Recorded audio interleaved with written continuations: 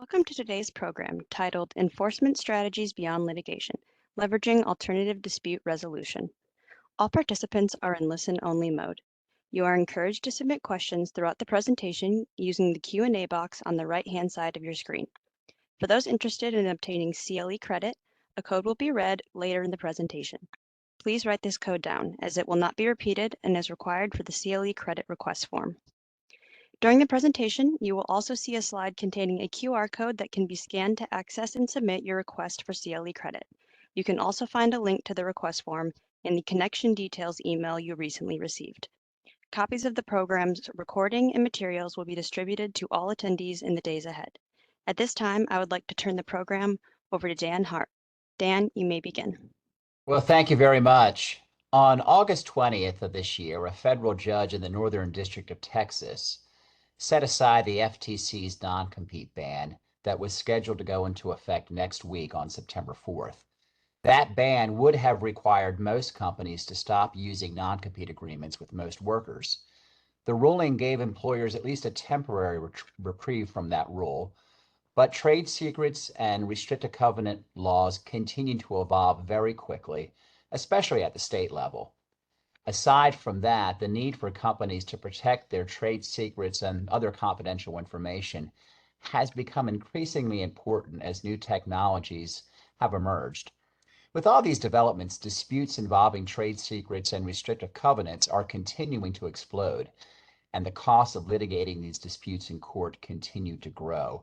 So, what alternatives to litigation can companies use to resolve these cases efficiently?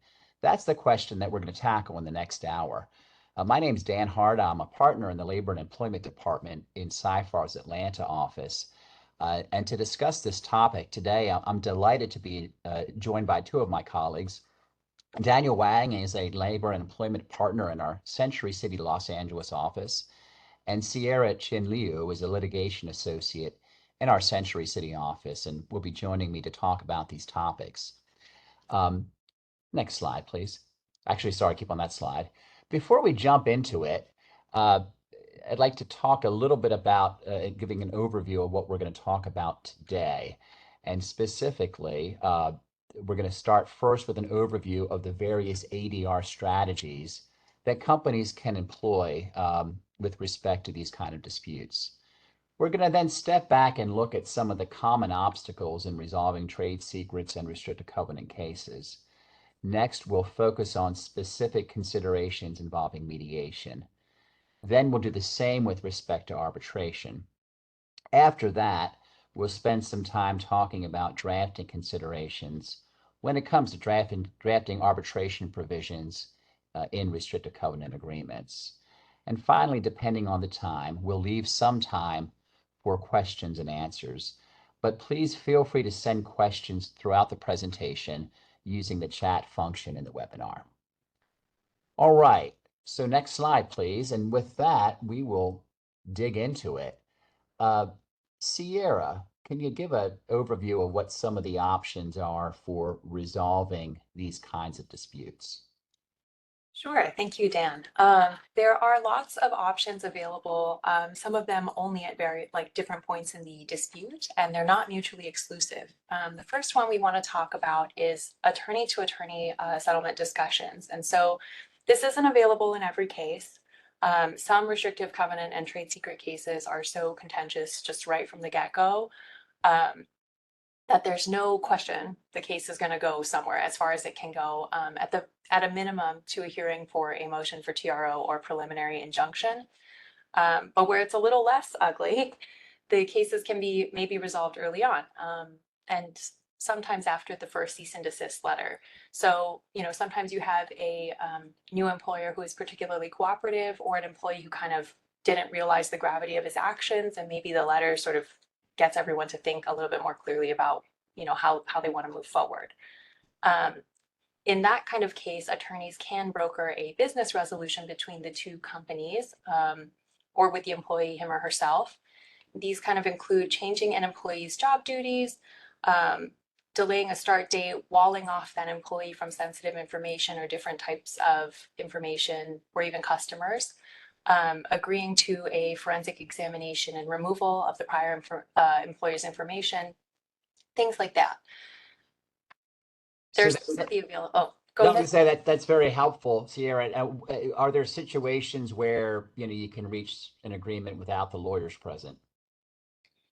Yeah, I think so too. In some cases, attorneys actually get in the way of that, or maybe having too much legal involvement sort of scares everyone off. In some cases, the companies, maybe the CEOs or other high-level decision makers have an existing relationship that's, cordial, collegial. Maybe they're even friends. They know each other in the industry, and so in those cases, it can be there can be a benefit to just having them sit down and work something out, and maybe they reached one of the solutions we sort of just went over, changing the employee start date, walling him off. And this is pretty rare, but it does happen sometimes where the parties have a better relationship and the involvement of lawyers is a hindrance. And so it's helpful, I think, to explore that as well with the client. If maybe, hey, my friend is the CEO, I think maybe I can talk to him and see if he can, stop hiring the other employees, or maybe just talk to this one guy and see what he has on his laptop, something like that. So switching over to Daniel, we know there are cases where the dispute's not going to get settled either by an attorney to attorney discussion or by having a meeting with the decision makers. In that case, is litigation pretty much the only way to get this resolved, or are there other things that companies ought to consider? That's a great question, and definitely litigation isn't the only option that's available, and that brings us to the next possibility, which is mediation. And one threshold point to make here is mediation doesn't have to happen after a lawsuit has been filed. It can certainly happen before. It could happen during the quote unquote demand stage or when there is initial rumblings. So I just want to disavow any notion that mediation is only preserved for post-complaint or after anything is proceeding in litigation. In fact, I think mediation can be an effective strategy to avoid litigation at all. So mediation involves, to the extent anyone here hasn't participated in mediation, mediation involves a facilitator of sorts, someone who helps the parties hopefully broker or reach a mutual agreement of terms of a resolution to the ongoing dispute. The mediator, him or herself, is not going to be a decision maker in the sense that any decision by the mediator will be binding. That's not the mediator's job. The mediator's job is really to understand where each party is coming from, to see if there's common ground here to reach resolution of the dispute.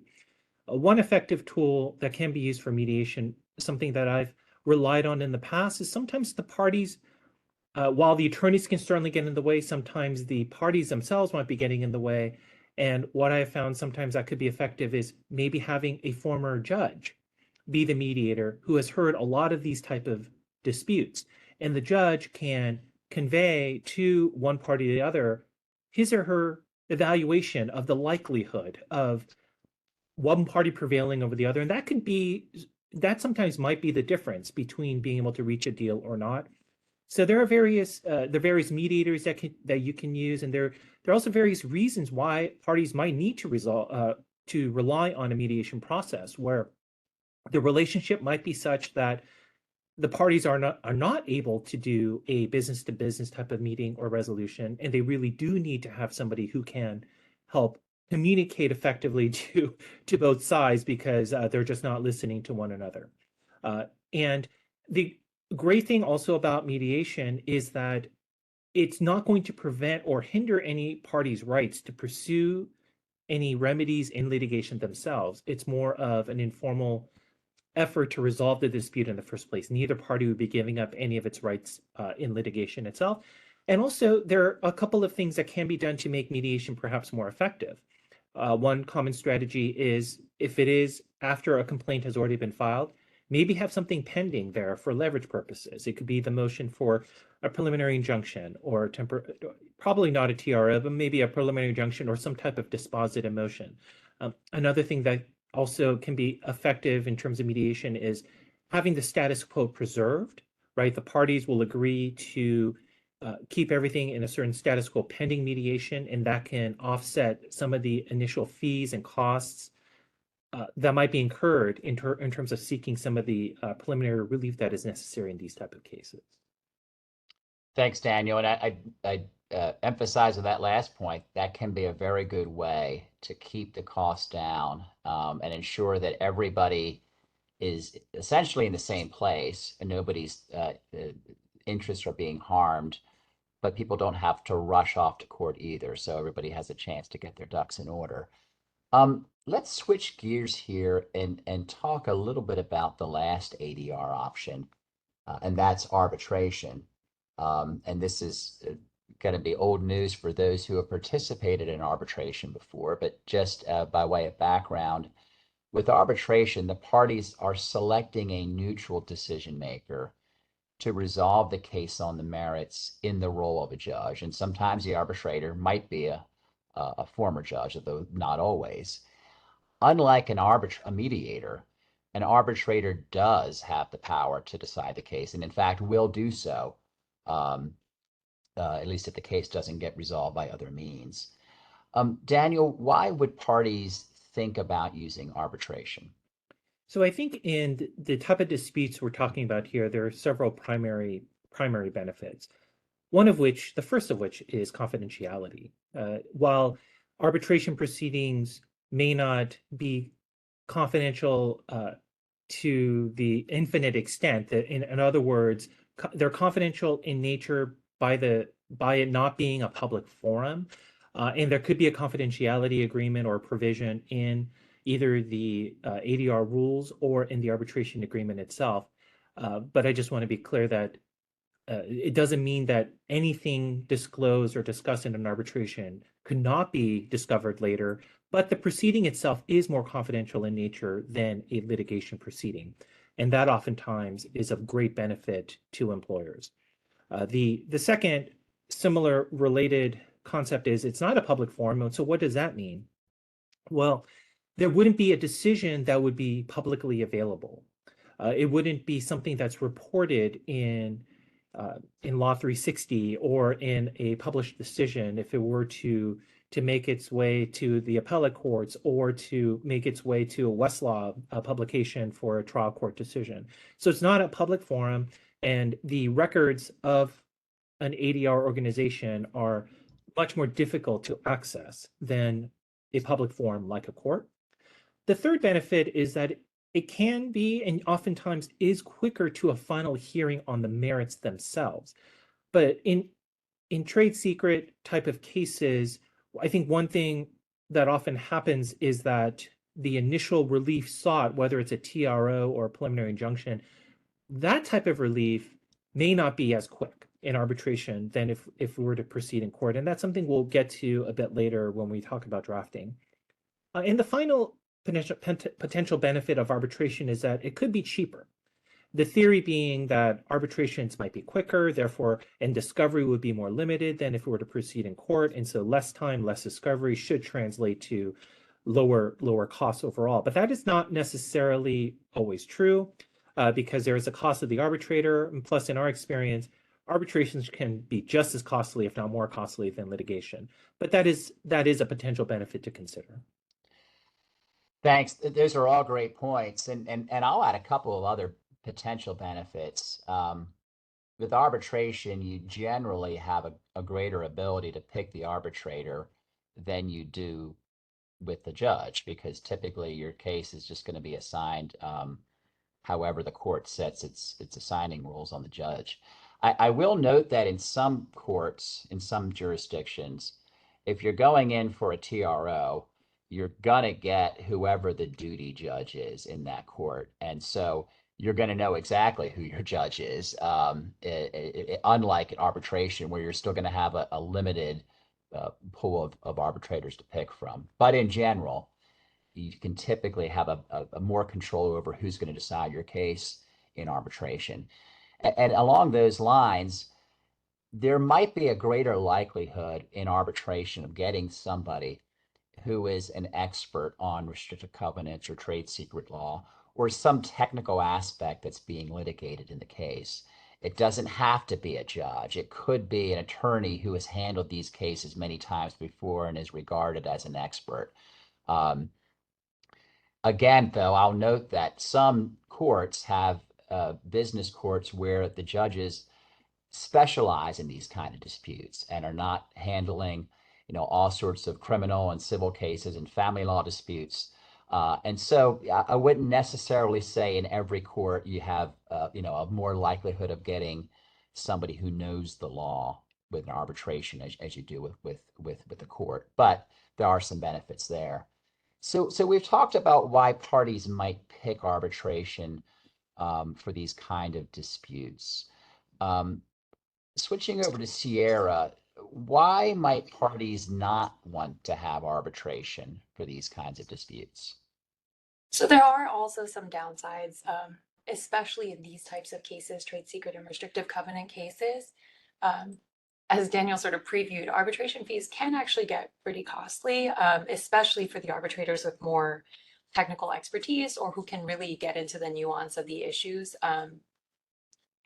Another big one is that discovery is often limited in arbitration, sometimes cabined off by the terms of the agreement, but as a practical matter, it's generally expected in most of the arbitration services that discovery is going to be expedited, there's going to be less of it. So if you're going to need, for example, discovery from third parties, especially outside the country or outside the state, obtaining that discovery is going to be much harder in arbitration.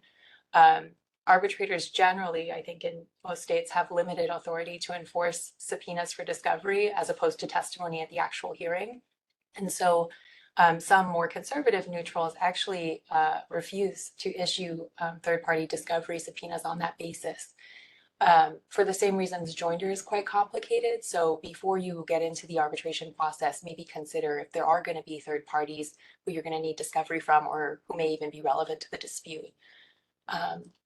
There is also a sort of hindered ability to obtain rulings on an expedited basis. So like the TRO and preliminary injunction that Daniel mentioned earlier. The larger services like AAA and JAMS do have procedures for expedited hearings, but that relief is a little bit, there are some more hoops you have to go through. And as we'll get into later, enforcement is kind of an issue on that. The selection process does sometimes slow things down at the beginning too. So if you are envisioning emergency relief or a TRO or something like that, and you're grappling with the decision of whether to arbitrate or not, keep in mind that the selection process does sometimes take quite a bit, rather than in court where you would just get assigned at the outset or once you file the TRO motion. There are also limited rights to appeal in arbitration unless otherwise provided in the relevant agreement. And even then, a court applying the FAA may not adhere to the contractual standard in any event. So just something to be mindful of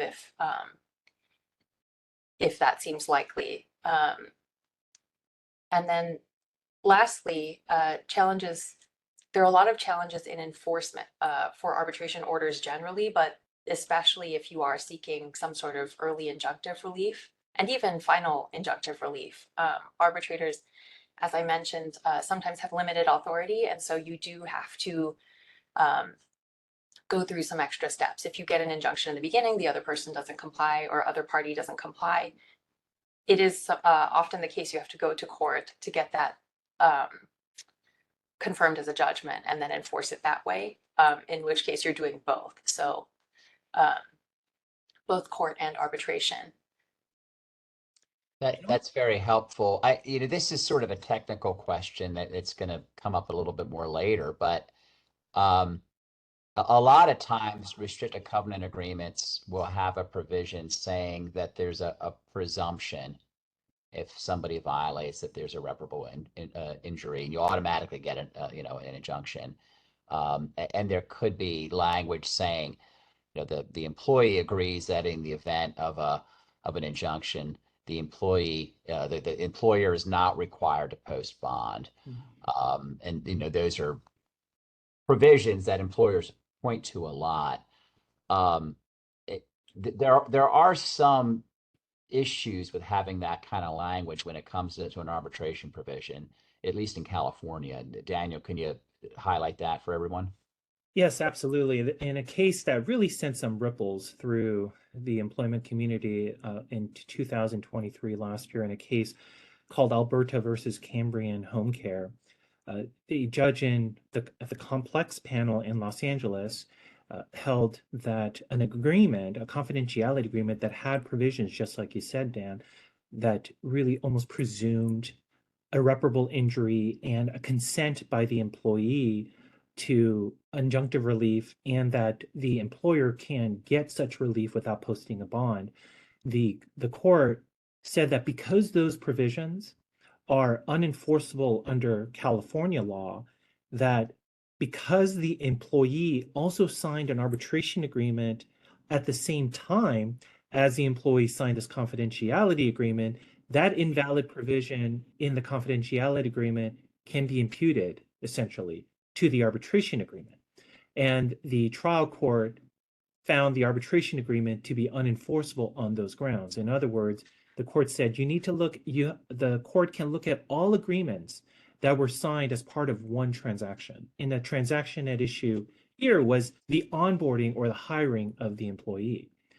It was the first decision of its kind that at least that I'm aware of, bringing in concepts of a confidentiality agreement invalidating our arbitration agreement, and it has caused many clients in California to reevaluate and analyze separately. Are there any invalid provisions in terms of the injunctive relief being sought in their confidentiality agreements?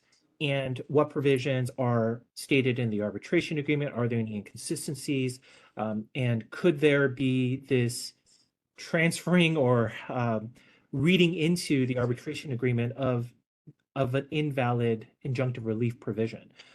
So it's definitely an issue to be mindful of, and something that we'll also get into a bit later when we talk about drafting considerations. But this one was a very important decision for all employers with these types of agreements. Yeah, thanks very much for that warning to all of us. And I'd say even if you don't have employees in California, don't take too much comfort, because sometimes California rules get picked up by other courts, and it's certainly possible that courts in other parts of the country would apply that same rule.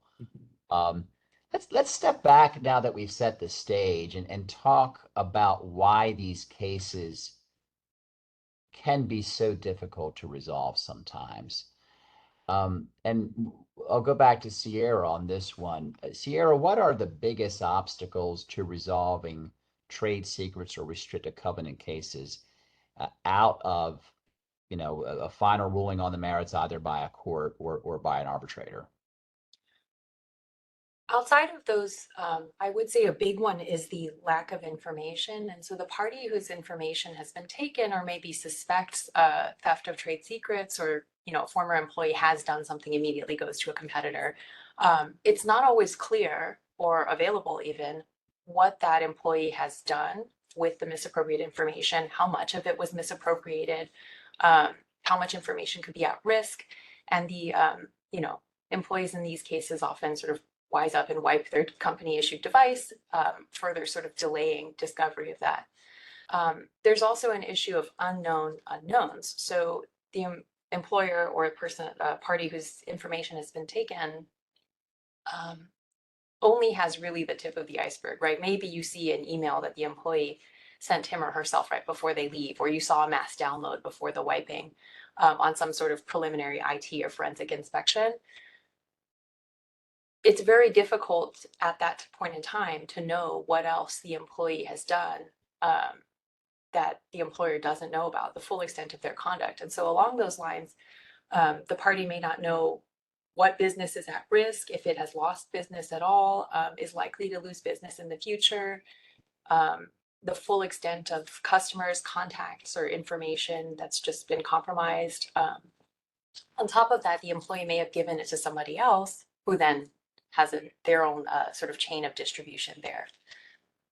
And without that information, it makes it very hard to make informed decisions about how to proceed. And it does sort of delay litigation proceedings as well. Um, Another issue is often emotion. So in these types of disputes, especially, there's often a sense of betrayal by the former employee when the disloyal behavior is discovered, especially if they're very high up, or if it's attendant to a purchase agreement. You know, you buy this guy's company, he comes to work for you, and then he immediately goes to a competitor or steals information. Um, Similarly, conflict in personalities, or even just posturing between businesses, the litigation becomes a way to continue that posturing, to extend that, show to one's competitors, right? Like, I have all this money, I have all these lawyers, I'll, you know, take you out of business that way. That kind of attitude, I think, is one, a hindrance to moving forward in the litigation or any sort of resolution, but it does also become very difficult to walk that back as time goes on. Another big challenge is that issues relevant to restrictive covenants and trade secrets are unsettled in many jurisdictions. And so the enforceability of restrictive covenants is changing all the time. I know we who practice in California, we know the chances of enforceability are very low all the time, but other states are following suit, and with the FTC type of rulings, those kinds of things are happening. Administrations or individuals want to make a name for themselves, and they sort of go crazy with the bans and non-competes and things like that. So there might be a change of law midway through the dispute, or it might make the other side, whichever side you're on, it might make the other side unwilling to negotiate with you because they think that that's going to help them, a new statute or something like that. Finally, go ahead, No, Tim. go ahead. No, go ahead, Sierra. One other, I think, obstacle can be also the lawyers. Sometimes maybe one side has a very, same like we were talking about with the businesses, the posturing.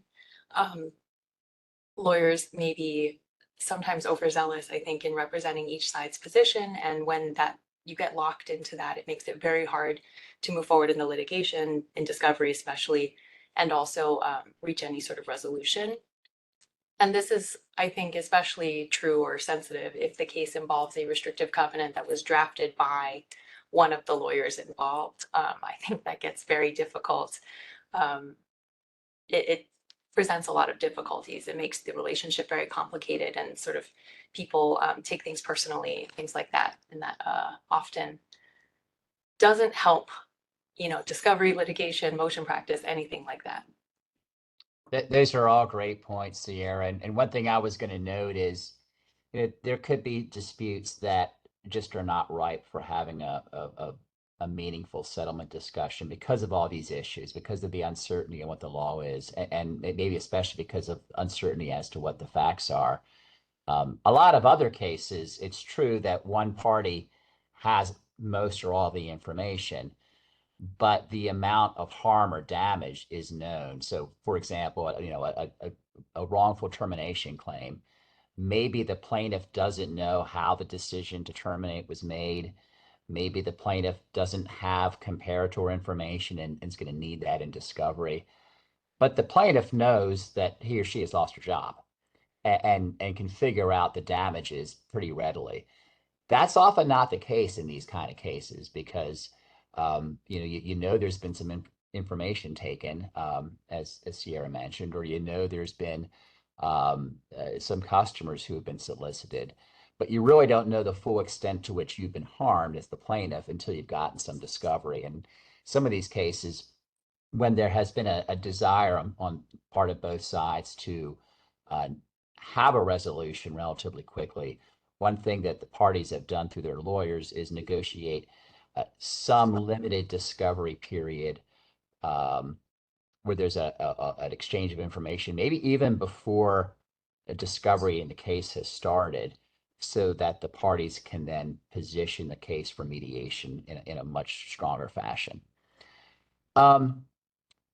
Let's talk about mediation a little bit in more detail and some of the considerations that companies or parties ought to consider when they're deciding whether to mediate a case, and then if so, how to do it. And let's start with picking the right mediator.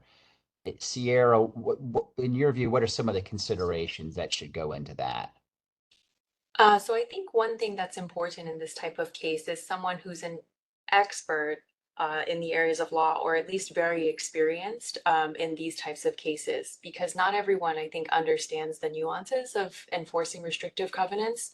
Um, you know, how they're positioned, how the parties are positioned, all these little ancillary factors, I think they do make a difference, and there's case law to support that. But you want somebody who's familiar, at least with that law.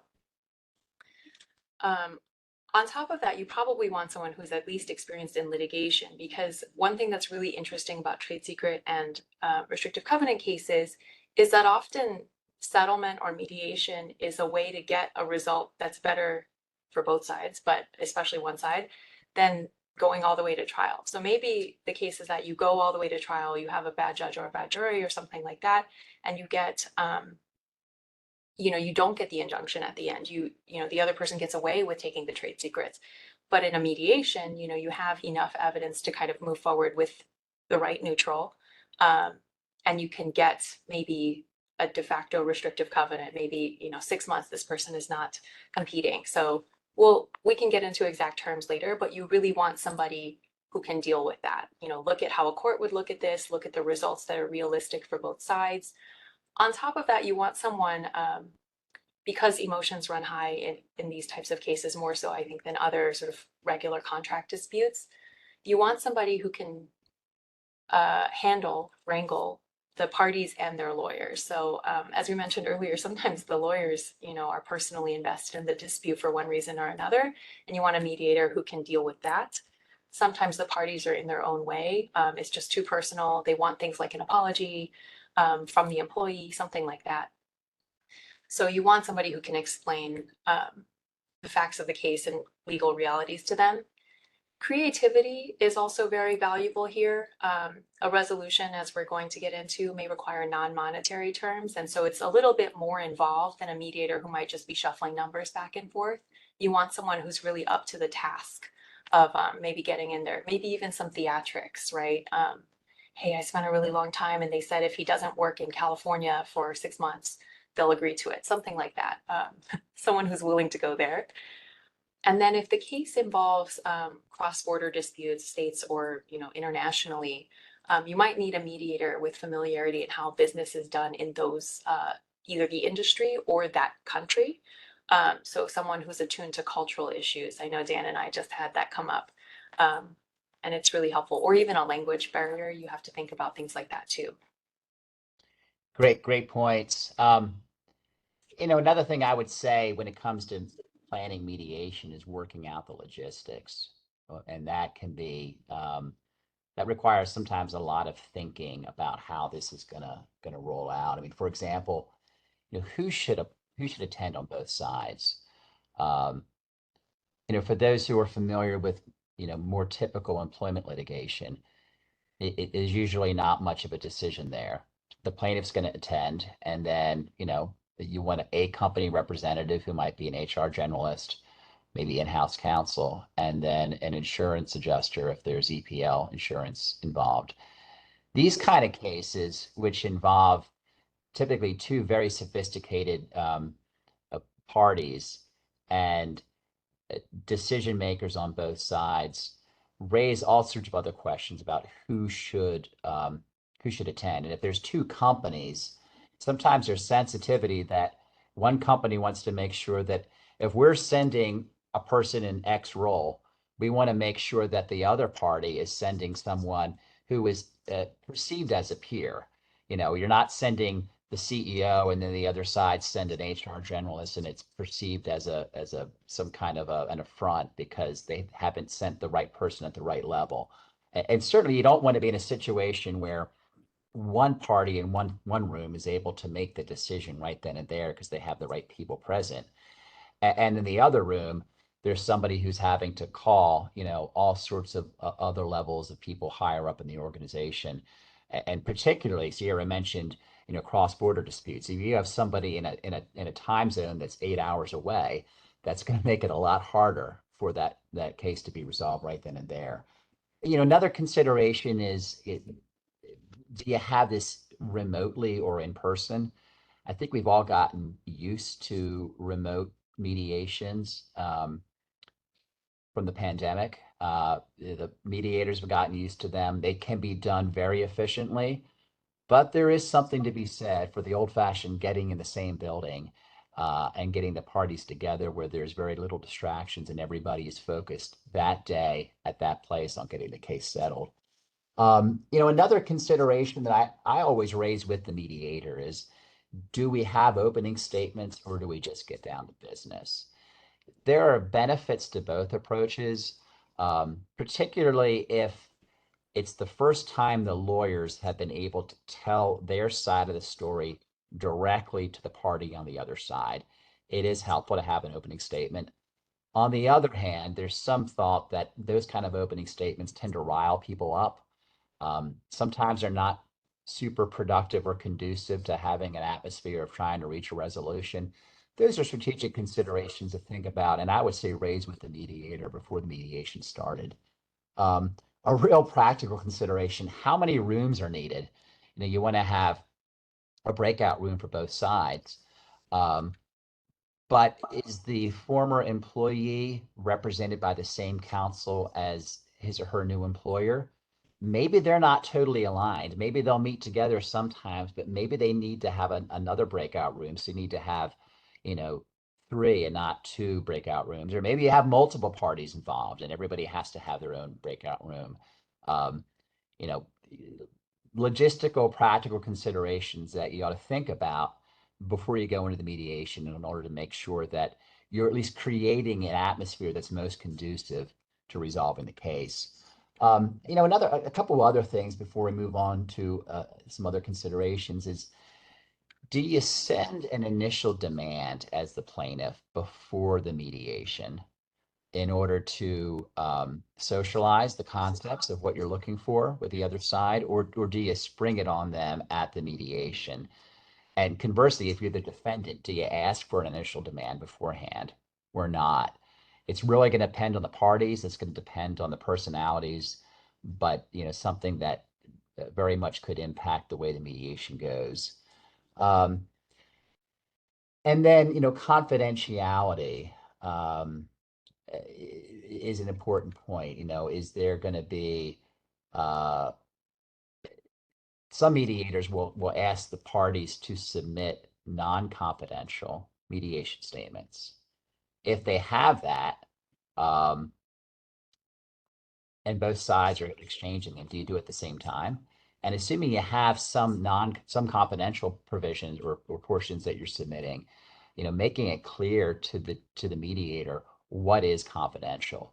There's some things that you might want to keep confidential, but frankly, you're not going to get the case resolved unless it comes out at some point in the case, and you'll want to think about that as you're working through the logistics. Sierra, what are some possible settlement provisions that parties might consider in these kind of cases, aside from money, which is the obvious? Sure. So I got into this a little bit earlier when, you're selecting a mediator. You want somebody who's creative, but also, maybe persistent and willing to find these sort of workarounds. Some we glossed a little bit earlier, but I'll go over them again. One would be extending the covenant or, sort of entering into an agreement that the employee will adjust his or her job duties or not work with certain customers for X period of time. Walling them off from certain communications or internal teams where they might, come into contact with the same type of information or customers again, or clients or, contractors, vendors, whoever you're trying to keep out of it. We would note here, though, that the new employer can't agree not to do business with certain customers. There are some antitrust concerns on that front, but you can reach different workarounds, right? Like this employee can't talk to them, or and maybe without that employee, they don't have access to that customer. So you can sort of reach the result, but be very cautious in sort of involving the new employer. One would be a forensic review of the employee's devices with an agreed upon protocol for remediation of the former employer's data.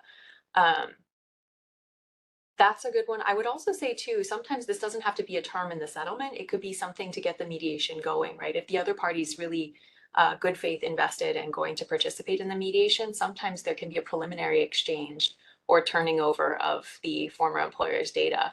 And then maybe there's very little to work out after that, right? Depending on what was there and how cooperative the other side is.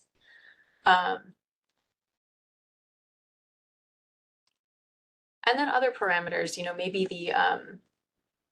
the employee is not interested in it anymore and says like, we'll come back to money. I'll take a certain amount of money and find a new job. I don't care about this or something like that. And so if the mediator, you want somebody who's sensitive to those kinds of possibilities, because if the employee's, you know, maybe the new employer is indicating like, no, we need him, you know, he's got to be the CFO or CEO or whatever.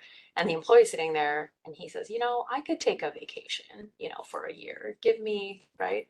Just give me some money. So, yeah, these are all different considerations. You know, money is the very beginning of it, but sometimes you can get other solutions involved. Great points. And one other aspect that just occurred to me, one option is sometimes you'll have a pocket judgment for a certain amount of money that's agreed to as a term of settlement, but the plaintiff agrees that so long as certain conditions are met, the plaintiff will not seek to enforce that judgment. But if the defendant breaches the terms, either by performing some duties that the individual defendant's not allowed to perform, or maybe there's been some other parameter set that's been breached, then that pocket judgment can be forced immediately. And that's a good tool if you've got a plaintiff who wants assurances that the defendant is going to comply and wants something to back it up. So it's not simply you're giving us your word you're going to do X, Y, Z. I've heard plaintiffs say, well, why should we think that this person's going to honor the non-compete now when he hasn't honored it before? This gives at least a little bit more comfort to the plaintiff that they're going to be able to get that agreement followed and enforced. Let's switch over to arbitration, and we'll do the same thing here, talk about the considerations in arbitration. And I'll start with Sierra here. Sierra, what are some considerations when you're deciding whether to have an arbitration or not? In terms of, Yeah, in terms of, let me maybe rephrase that. When the parties are considering arbitration of a trade secret dispute, what are some of the practical considerations to work through? sure. So some of the ones we mentioned earlier, right? The limitations on discovery, the availability of injunctive or preliminary relief. Another one is, you know, if whether there is an arbitration agreement, how to get the parties to go to arbitration if you want that. You know, you've weighed all those considerations we talked about and you say, you know what, I really want this to be faster. We don't need that much discovery. Let's go to arbitration. But maybe there's not an agreement or it doesn't cover this circumstance. That's something, you know, that the lawyers can get together or even the parties maybe just to work that out. Or if the employee has an arbitration agreement and the new employer doesn't, that's going to need negotiation as well because you're trying to pull them in. These types of cases are a little bit more interesting. I think in some employment cases, it's kind of a no-brainer. The employee resists arbitration and the employer pushes for it or something like that. But in these types of cases, it is actually generally agreeable to both sides maybe to participate in arbitration because of the reduced fees. Or the expectation of reduced fees, I should say. And it's not necessarily a guarantee, right? The selection process is obviously very careful, but maybe the employee is invested in that as well. Maybe they think, you know, I have a better shot here than I do somewhere else. So you can get people to agree. And then we went into sort of arbitrator selection considerations. When you're at the outset, those are definitely things you want to spend some time on, research each person.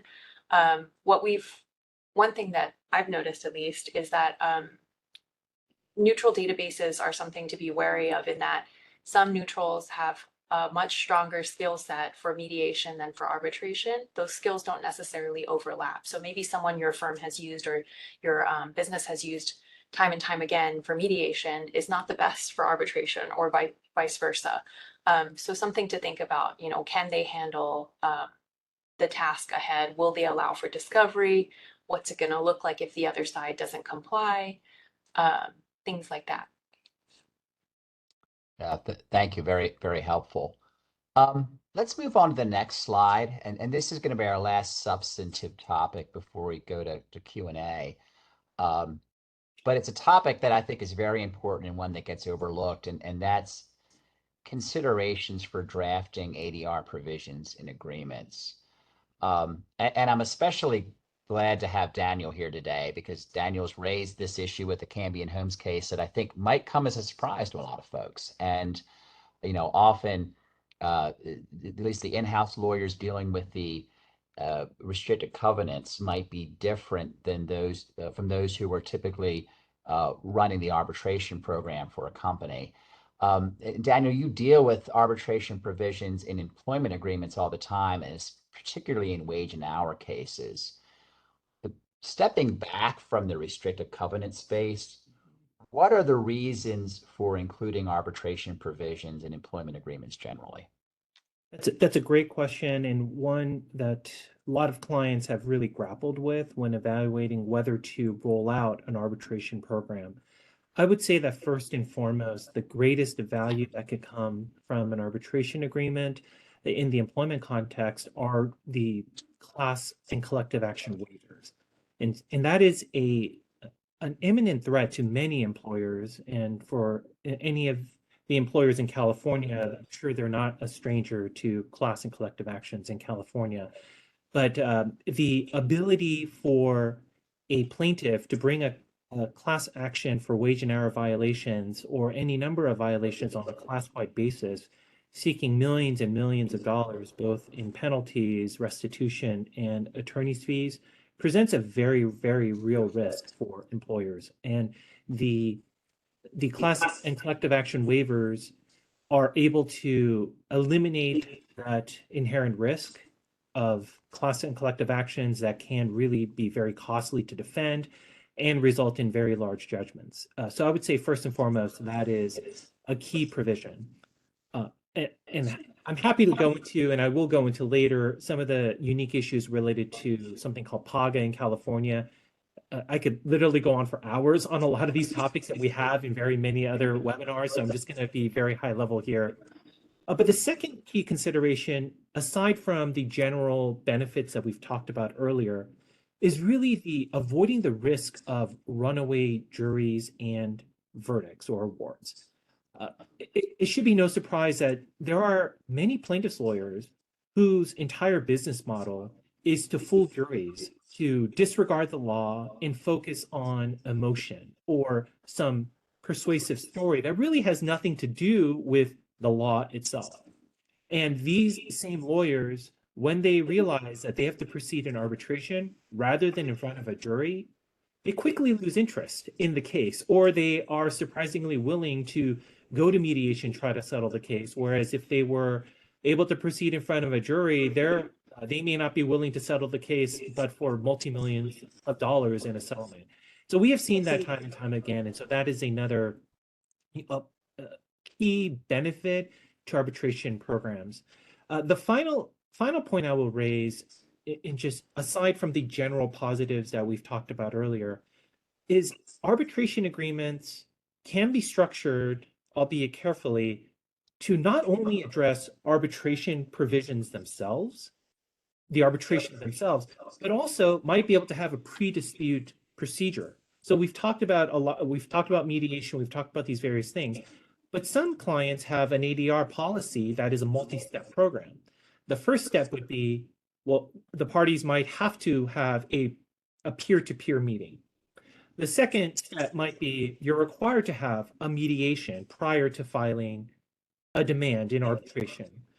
And then if that is unsuccessful, to require arbitration of the dispute. So another benefit here is you can force the other side to actually, or employees, to engage in a robust alternative dispute process that could be beneficial to the employer.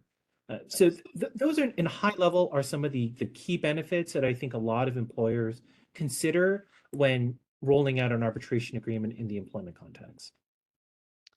Yeah, so it totally makes sense why employers often will have mandatory arbitration agreements with their employees for all those great reasons. Um, let's step back into the restricted covenant landscape and imagine that the employer also has a standalone restricted covenants agreement. It- Should employers include an arbitration provision in that standalone agreement?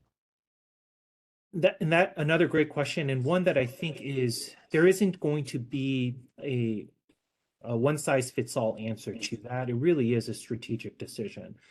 I would say that on the whole, if an employer is going to have an arbitration program generally, an arbitration agreement generally, that agreement should capture any disputes that can arise under a restrictive covenant agreement or confidentiality agreement. And so if there is already an existing arbitration agreement, I do think that there probably are risks to having an arbitration provision in a standalone restrictive covenant agreement.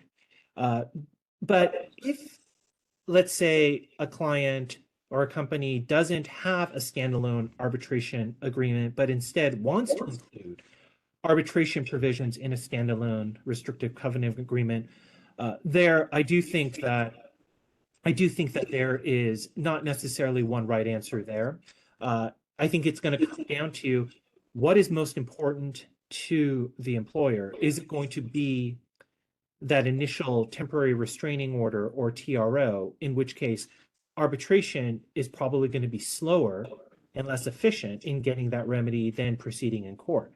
Or is the focus more on the final merits and the confidential nature of the proceedings, in which case arbitration would favor, the employer might favor arbitration as the forum to deal with any of these disputes? So it's really, in short, a strategic decision whether to include an arbitration provision in a restrictive covenant agreement.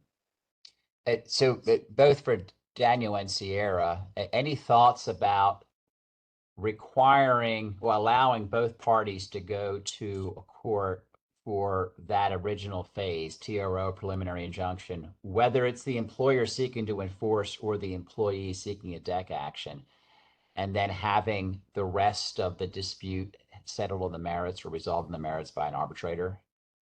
How does that play out usually?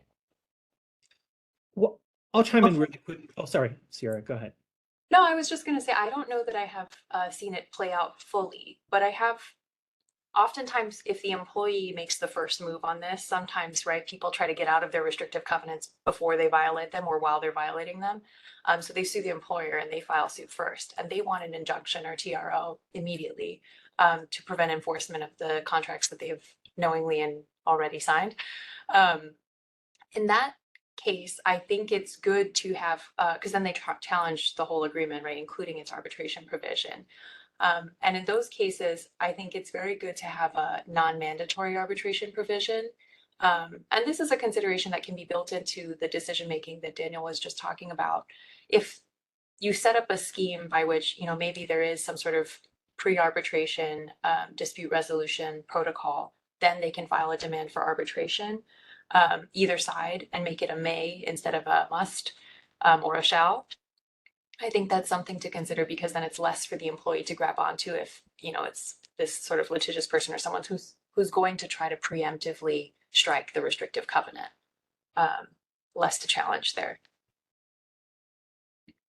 I was just going to add that I think what you described in terms of going to court for the preliminary type of relief, the more urgent type of relief that would be warranted in these cases, and having an arbitrator decide the final merits, I think that probably presents, at least in my 2 cents, the ideal situation of handling these, because it's seeking that you're able to go to the strengths of both forums, the enforceability of a TRO or a preliminary injunction. The quickness to be able to do that is far more advantageous in court than in arbitration.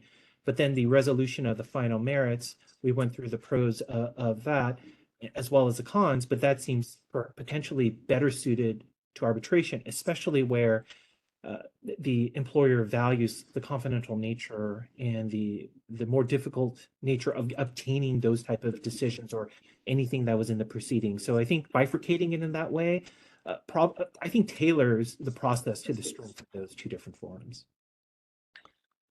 One more thing on that topic, I would just say maybe something the employer can consider is take into account the person who they're dealing with, right? So if this is, you've picked him because he's a go-getter, he's, or she, right, is just this person that you've picked them based on their personality, they're a risk taker, whoever. Maybe factor that into this type of, right? Maybe this person is complains about everything and you like that. And so, maybe they're litigious before there is any litigation. I would take that into account too, because that could tell you a lot about the proceedings ahead. And if you want to curb that and put them in arbitration, or maybe this person is very cautious and risk averse, and then that maybe they are going to comply if an arbitrator issues an injunction, right? And not a court. Something to think about there. Good practical considerations. We're getting close to the end of the hour, and I don't want to give short shrift to some other important questions, and that's the pitfalls to avoid when drafting arbitration agreements. And actually, before we get to CLE, well, I'll get to that in a minute, but Daniel, can you, well, let me read the CLE right now for those who are waiting, and then we won't be pressed for time.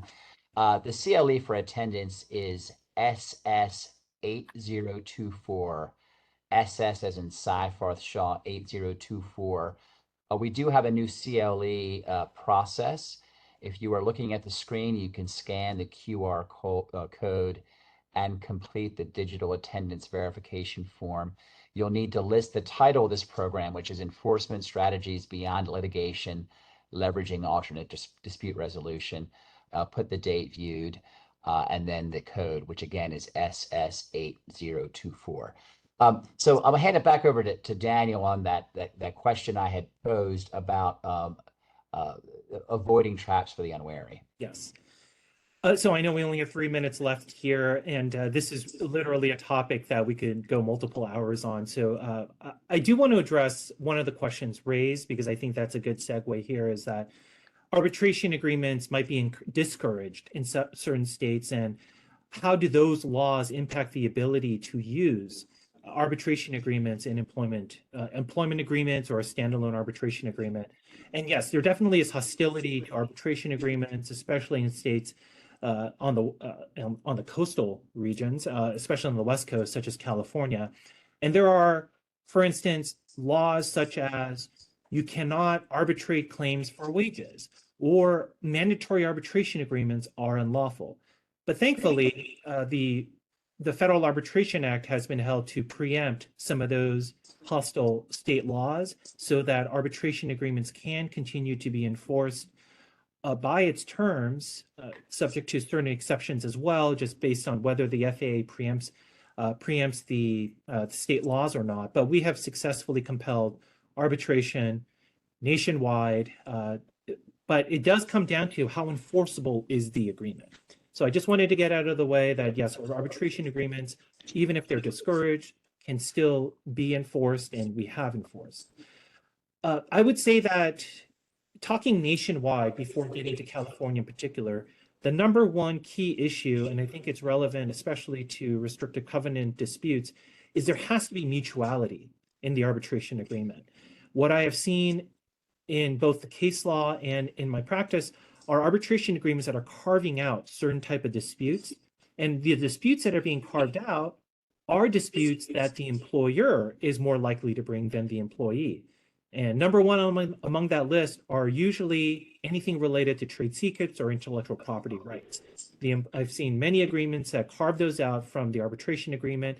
And because there is a lack of mutuality there, in other words, it's carving out a claim that the employer is likely to bring, that could be deemed to be what's called substantively unconscionable. And that doctrine applies nationwide under the common law in all of the states. So it's very important to make sure that the agreement is mutual. In other words, that it's fair. The other things that come into play for drafting purposes is what rules are going to apply. We had talked about class and collective actions before. Just some arbitration agreements are carving out or waiving the right to bring class and collective actions. But the downside to that is something we have seen is the rise of mass arbitration, which are multiple arbitration demands being filed on behalf of many, many employees. The rules are going to be very important there too. There are certain ADR rules that deal with mass arbitration, but you also have to weigh all of those and strongly encourage companies to seek out counsel on this because there are some organizations like the New Era ADR rules that have specific provisions for mass arbitration, but a district court in the Central District of California in Heckman v. Live Nation Entertainment found those rules to be unenforceable. And then AAA, JAMS, they all have their own more recent rules on how to deal with mass arbitrations. Each of these rules deal with how to deal with discovery, who's going to pay for what the fee structures might be. The list goes quite on and on also about who's deciding the initial issue of what is arbitrable. Is the agreement enforceable? Those are all key considerations that need to be thought of when drafting arbitration agreements. And I know we're already out of time, so I'm just going to. No, thank you, Daniel. It's a lot to consider, and if you're overwhelmed listening to all the things to consider, please don't hesitate to reach out to us. If I can get the next slide, I do want to give a couple of plugs for some other resources. If you are looking for up-to-date articles on restrictive covenant and trade secret issues, please check out our blog. That's the Trading Secrets blog at www.tradesecretslaw.com. Again, that's www.tradesecretslaw.com. You might also want to check out a copy of our 50-state desktop reference on non-compete and trade secret laws. We update that annually every year, and we are happy to make that available to you. And if you are a Seyfarth client, there's one other resource we would ask you to consider. That's our Survey Center. Our Survey Center is a up-to-date survey on a wide variety of topics, including a survey on outlier restricted covenant laws. Surveys cover a wide variety of federal, state, and local regulations delivered through an interactive interface. Survey Center is available to Seyfarth clients free of charge. If you're a client and interested, contact your relationship attorney or send an email to surveycenter@seyfarth.com to request access or ask for a demonstration. Again, that's surveycenter@seyfarth.com is the email to send that to. Well, we're out of time for the day. I think we have answered the questions that were posed via the chat function. If your question was not answered, we'll be reaching out to you. But if you have any questions at all, please don't hesitate to reach out to us. Happy to address them. And we very much appreciate your time today. We hope that you join us for our next webinar. Thank you very much.